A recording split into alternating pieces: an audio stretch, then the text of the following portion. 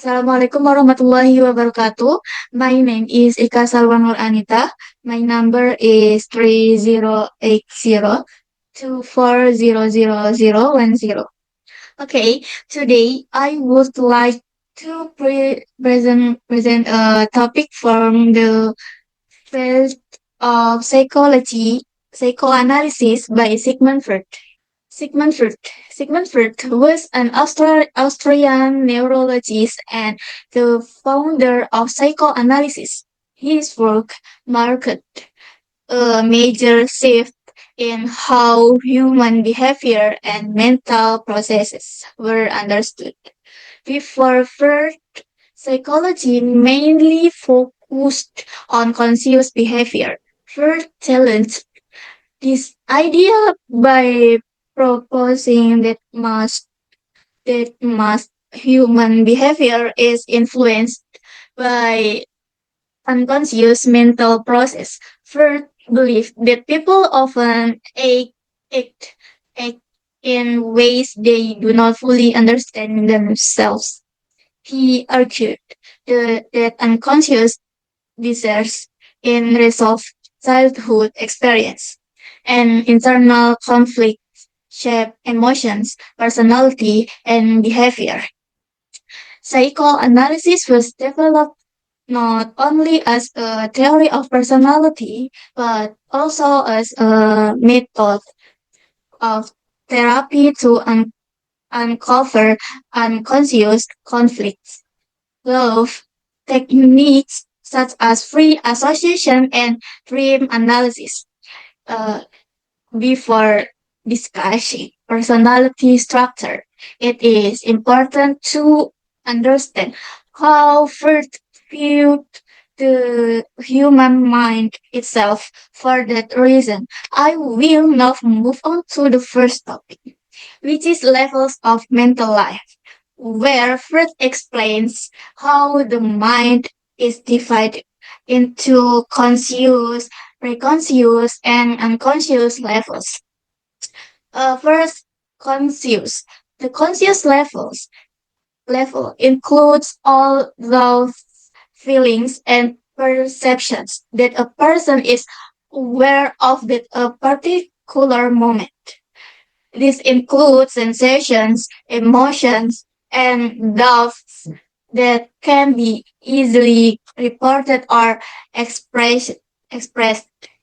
For example, when a person is aware for feeling nervous before an exam or focused on listening to a presentation, this experience belongs to the conscious mind. However, Freud in, emphasized that the conscious mind represents only a small portion of mental activity, similar to the tip of an iceberg.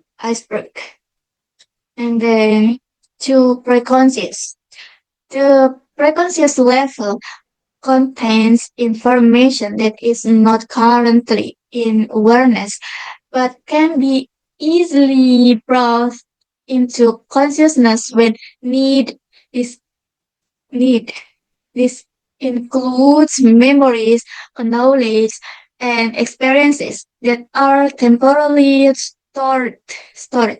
For example, a person may not thinking about their childhood teacher, but they can recall the name instantly when asked.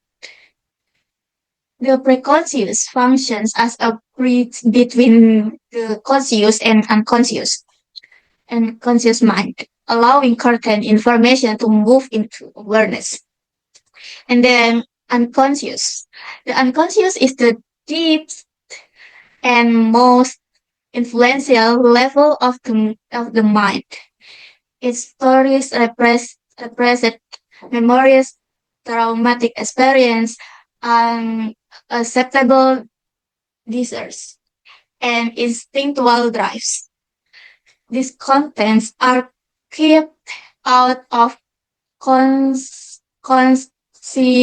because they may cause anxiety or psychoanalytic physical distress. Although unconscious thoughts are not directly accessible, Freud believed they strongly influence behavior, dreams, emotional reactions, and even everyday mistakes such as slips of the tongue.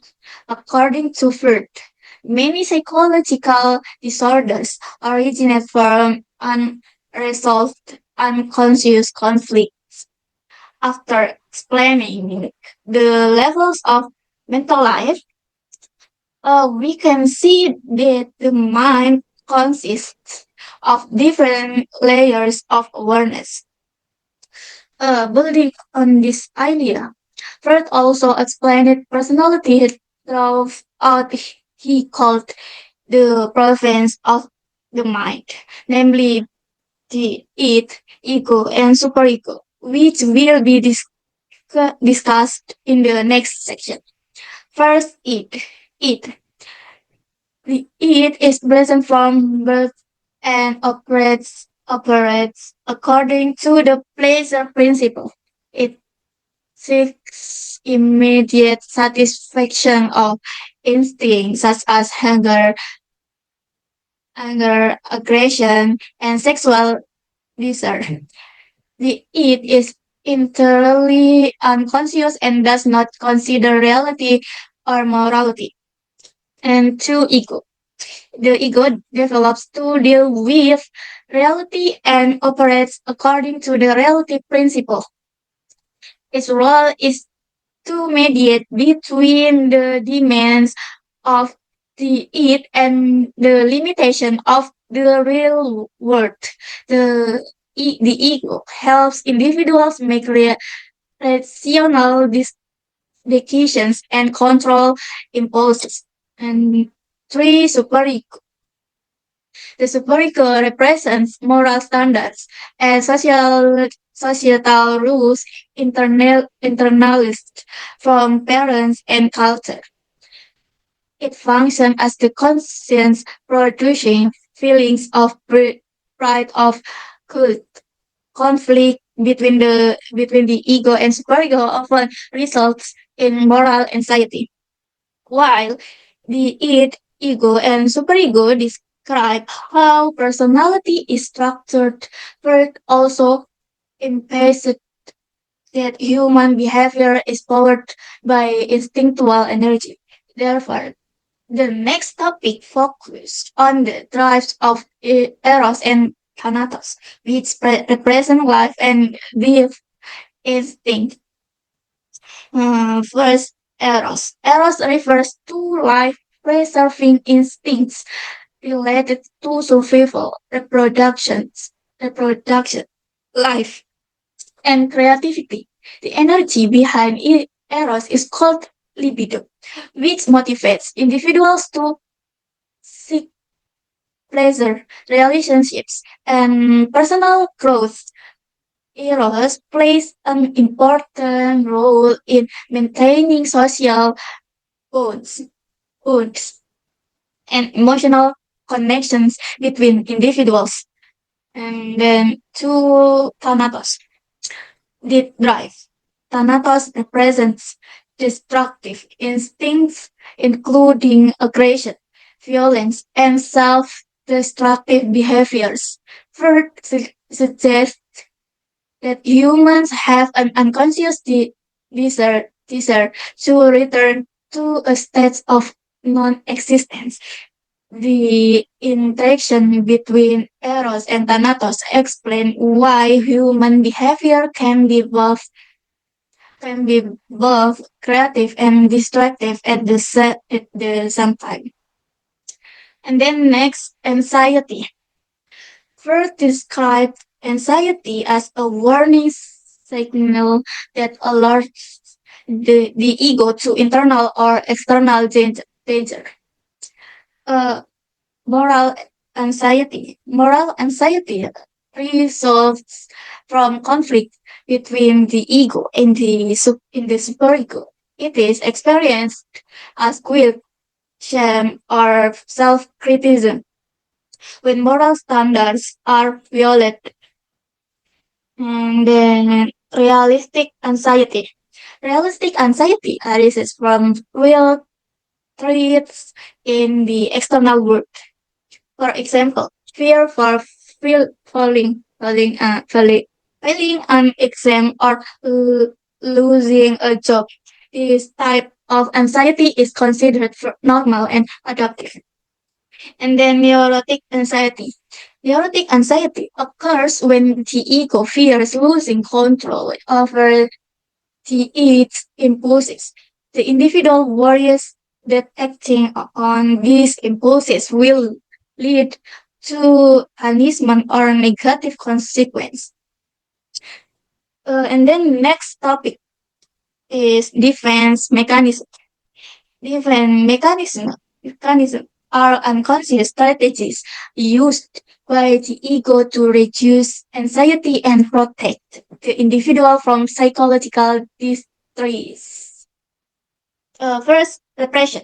Repression pushing unacceptable love into the unconscious. And then projection. Projection attributing one's own feelings to others. Displacement. Displacement redirecting emotional responses to safer targets. Regression. Regression reverting to childlike behaviors. And then sublimation.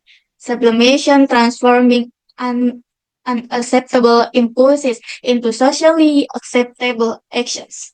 While defense mechanisms are normal excessive as may lead to psychological problems. Therefore, the final topic of this presentation is psychosexual development, which explains how personality is formed through different stages of development. Psychosexual development. Freud believed that personality develops through five psychosexual states. It's focused on a different erogenous zone. First, oral states. Pressure centers on the mouth, love, sucking, and eating. Vacation may lead to dependency or oral habits. To anal state. Focus in on bowel control and independence. Fixation may result in overly rigid or careless personalities. And then telic stage. Children develop awareness of gender, difference, and identity. D. Latency stage. Sexual impulses are repressed and energy is directed toward learning and social development. And then genital stage. This stage represents sexual maturity and the ability to form healthy relationships. In conclusion, Sigmund Freud's psychoanalytic theory explains that human behavior is heavily, heavily, heavily influenced by the subconscious mind, internal conflicts, and early childhood experience. Although these ideas have been widely debated, Freud's theory remains an important foundation for understanding personality and moral processes. That concludes my presentation. Thank you for your attention. Wassalamualaikum warahmatullahi wabarakatuh.